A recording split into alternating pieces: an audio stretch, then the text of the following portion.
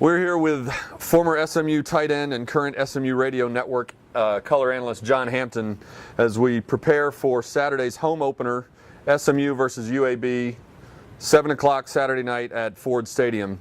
The game will be the fourth in the series between the two schools. SMU has won each of the first three. And John, you look at last year's game between the Blazers and the Mustangs, and really the three guys who had the biggest games are all gone. Bo Levi Mitchell threw for 350 yards and 3 touchdowns. Joe Webb ran wild and threw the ball well for UAB. Emmanuel Sanders had 148 yards and a touchdown. Now you've got both teams breaking in new quarterbacks. What do you know about David Isabel, UAB's quarterback, and what kind of transition do you expect in their offense? I know, he's a sophomore, 6'3", about 185 pounds, and he's a dual threat kid, great athlete, and they want to try to get him around the perimeter. He doesn't have the build that Joe Webb did, who's in the NFL now, and doesn't have the physical stature, and bottom line, he's a sophomore. So I think he's got to have some inexperience that UAB rode Joe Webb because of his experience last year. They're making a change in that position. They're trying to build and find an identity for themselves, and I know that he's trying to carry that shoulder. He's trying to shoulder that load for UAB. So he's a sophomore, but in this battle, can you almost look at Kyle Padron as the veteran of the two? Kyle's only played 12, 13 games, including high school, but he did get on the field for half a season last year. He played in a bowl game. He got his home opener, or the road opener under his belt Sunday against Texas Tech. But he's a year younger. Is there an advantage there for Kyle having a few more college games on his resume? Well, I think that would maybe be a wash with Chambray McNeil and Emmanuel Sanders not in the huddle for Kyle Padron, who was a great insurance policy for him. And as a freshman coming out into the conference part of the schedule, he had 2 great playmakers behind him. So they've got to try to find and replace that star power that SMU had offensively. I think David Isabel's stepping into the shoes of Joe Webb, who was their offense last year. And I know they went out and got a junior college running back. Didn't start last week, but got into the game late. And he had some nice production. So I think, both of them are going to have some ability. Kyle's another year in the system. He's got the same receivers to throw to outside of Emmanuel. So, I don't know that either of them has an advantage. I know that David is going to be able to pull it down and run it. And I know the offense that he's playing in is geared towards his abilities, if it's not there in the air, to scramble around and make some plays happen, in which defensively will get you burned if you've got some receivers that can break free from coverage. It's tough to cover that long. So they're just in different – they're not apples-to-apples players. It's hard to say. I think Kyle, with his game experience and a bowl game experience and going out on the road and playing Texas Tech, would have the upper hand, but he's also got to replace 2 very special players. All right, a lot of the eyes Saturday night will be on Kyle because they go on the road Sunday. Yes, SMU lost, and Kyle, being as critical of himself as he is, he's very much a perfectionist. He's been sort of beating himself up a little bit this week.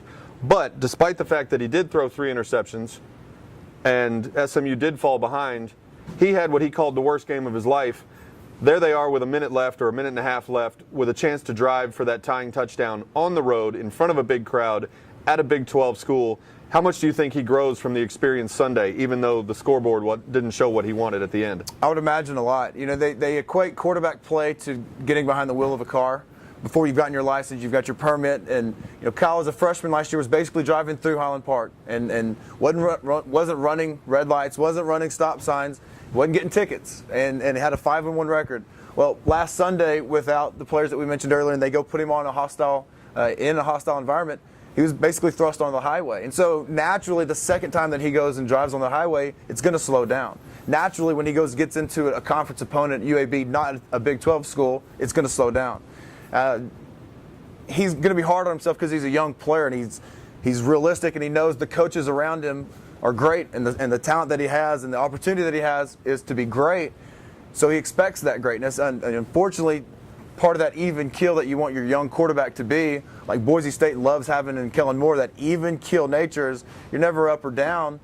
A loss doesn't quite affect you, but I think on the flip side of that, he's so young that loss may burn him so much that he wants to get out and work as hard as he's ever worked this week, and knew that he had to take a step, that it's not all on him, but to stay within himself, not have to press. I think he learned so much from the Texas Tech experience that he'll get out here hopefully Saturday and just be able to throw it around. Both teams coming in off of a season-opening loss. UAB got a lead, couldn't hold it against Florida Atlantic and lost by 2.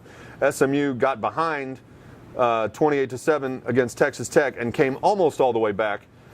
Which position would you rather be in? Which kind of loss was a bigger springboard going into Game 2? Well, and UAB also had a chance to win it with a field goal late, ended up not converting that. You know, I think for young people and young teams, the psyche is a little bit different. I'll be very curious to watch early, the first 15 minutes of this week's game.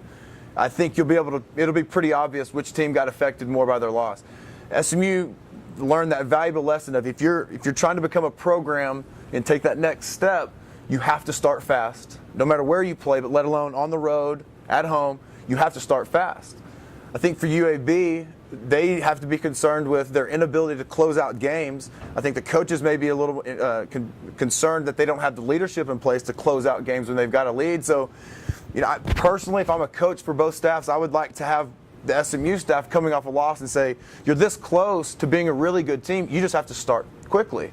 I think I think confidence level is a little bit higher than second guessing what happened in the last 30 minutes of a game when you let a victory slip through your hands and you start the season 0-1. One matchup that's going to feature some new starters is SMU's defensive line against UAB's offensive line. Marquise Frazier slides inside to the nose, not all the time, but a lot of the time. Margus Hunt got his first start at defensive end Sunday against Texas Tech, but UAB lost 3 starting offensive linemen from last year. Who has more of an adjustment when you've got new faces in the starting rotation?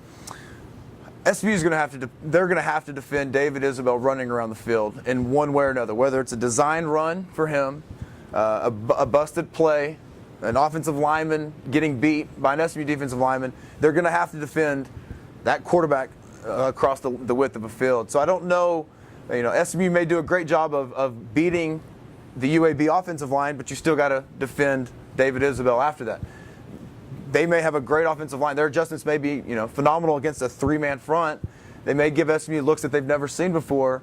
You know, it just a matter. It's going to come down to. I'm glad we've got Margus Hunt, Taylor Thompson, and Marquise Frazier on our side.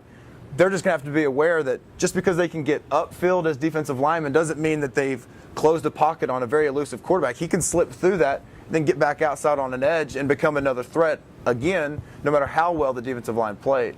So it's going to be a challenge, and I would like to think SMU's defensive line will handle up on that, but it's a slippery quarterback they're going to have to contain. So with a guy like Joe Webb last year or David Isabel this year, is the key really more the linebackers running sideline to sideline, more so than the front 3 creating that pressure? Yeah, you know, which way do you cut it? The secondary is going to have a play role. They're going to have to be able to give the coaches confidence to go man coverage and stay within their receivers for an entire play, because if Isabel's able to scramble around and make big plays after that, coaches have to test Isabel to be accurate on those throws. So everybody's going to have an equal test. Yes, the linebackers have got to be able to diagnose plays. Pete Fleps, Taylor Reed are going to have to diagnose if they get into a read, draw, run. They're going to have to, you know, watch the ball. If it gets into a play action look, whatever UAB throws out, each part of the defense against a team that maybe UAB doesn't have the star power that you've heard of, but they're balanced across the field, and you've got to defend and respect the entire length of the field. So it's going to have to be a collective effort defensively. All right, we will see what shakes out Saturday night when SMU hosts UAB at 7 o'clock at Gerald J. Ford Stadium. If you don't have your tickets yet, call 214-SMU-GAME or log on to SMUMustangs.com. See you next week.